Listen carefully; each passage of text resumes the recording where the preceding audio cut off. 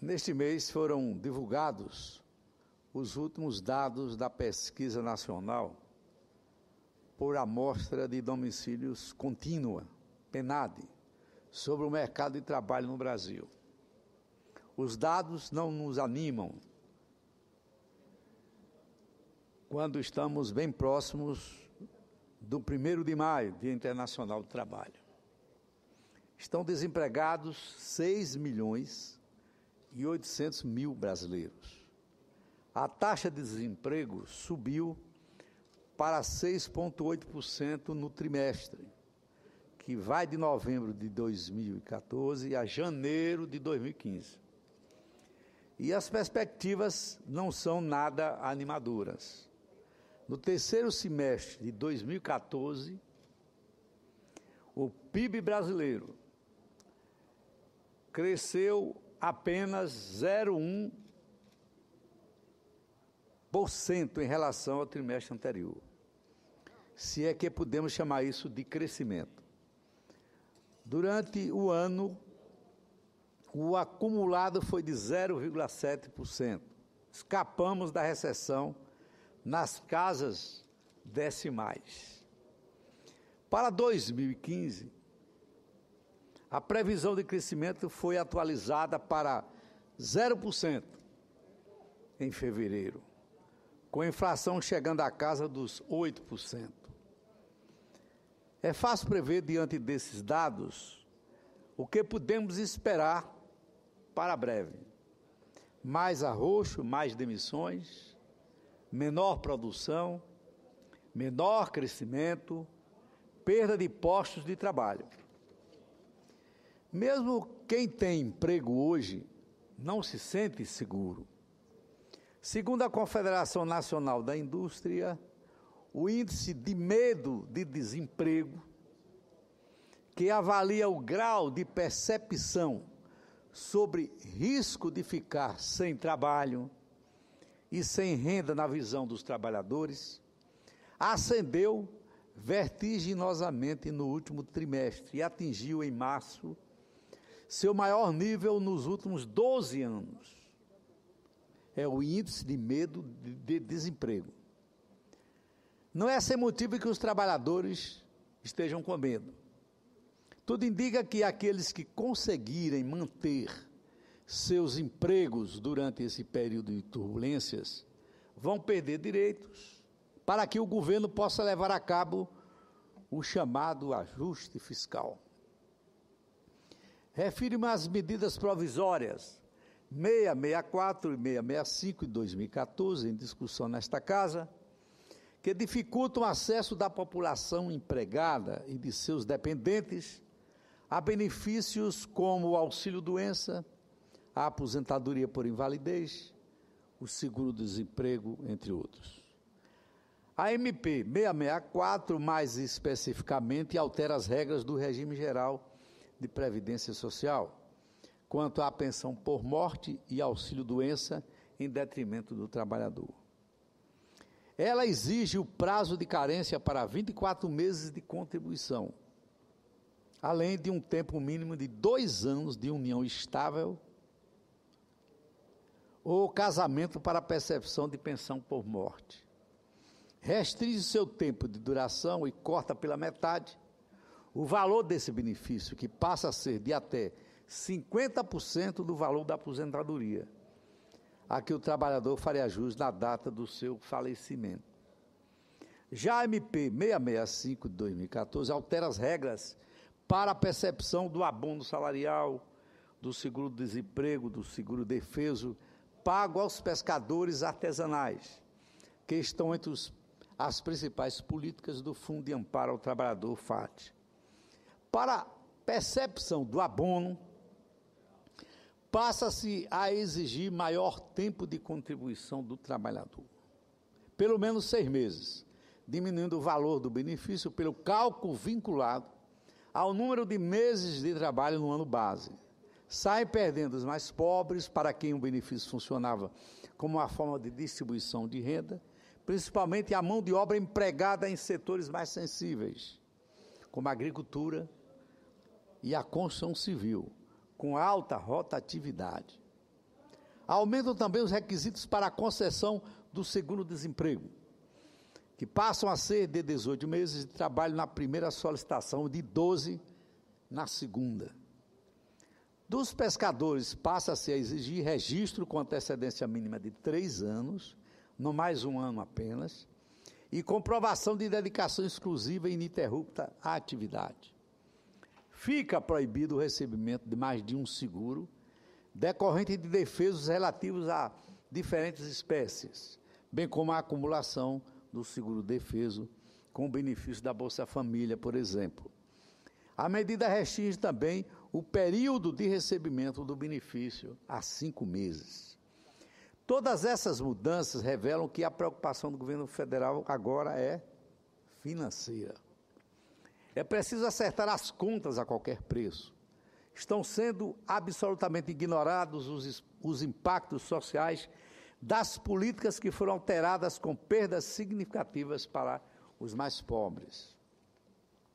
Alega-se que as mudanças são necessárias porque o aumento da taxa de formalidade entre os trabalhadores cresceu nos últimos anos, o que significaria um aumento nos gastos da Previdência.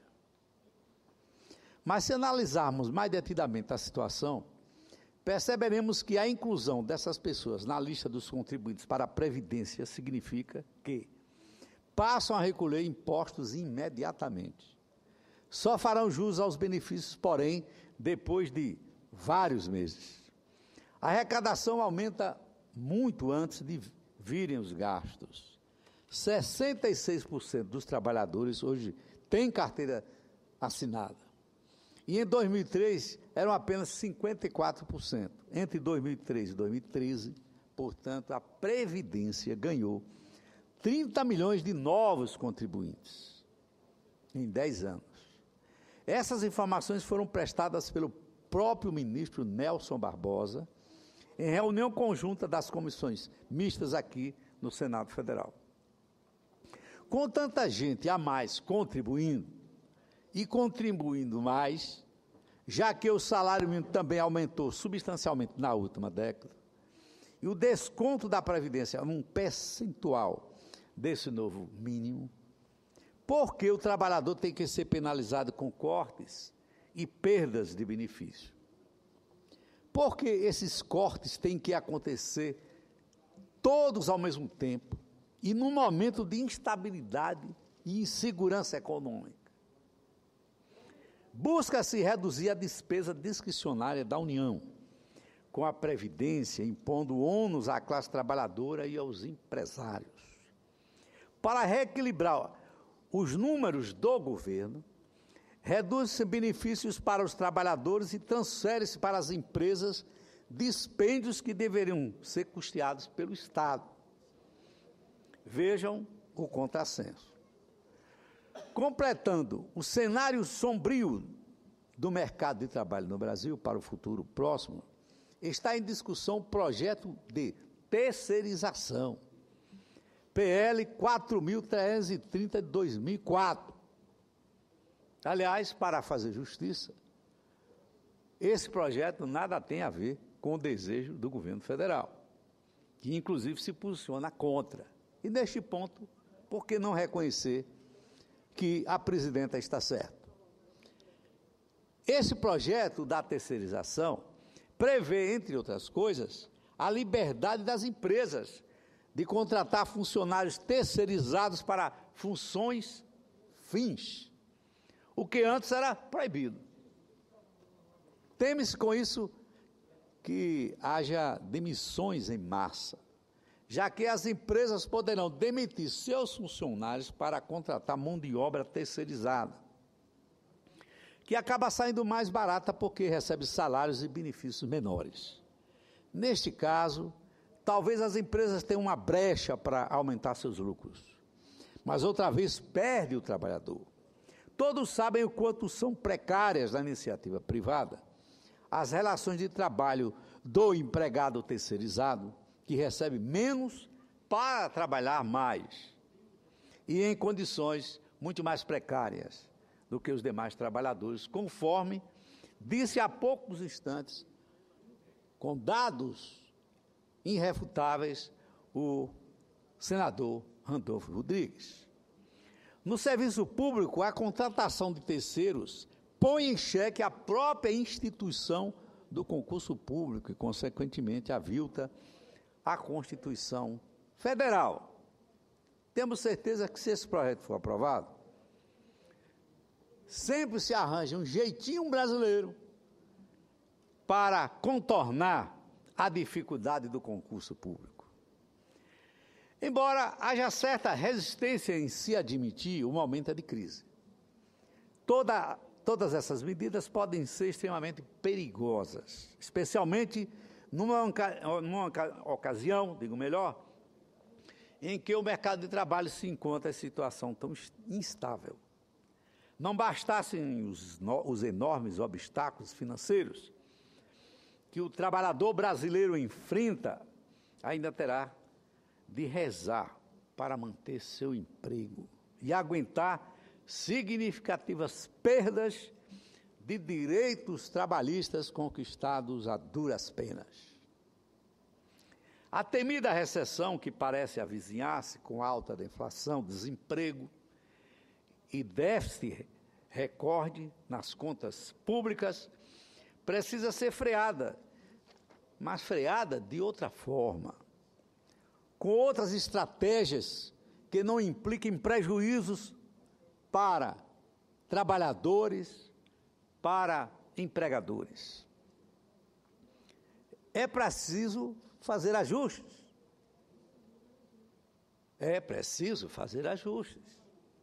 Ninguém discorda disso, mas a precarização das relações de trabalho, em tempos de trabalho escasso, é desastre anunciado, é tragédia anunciada.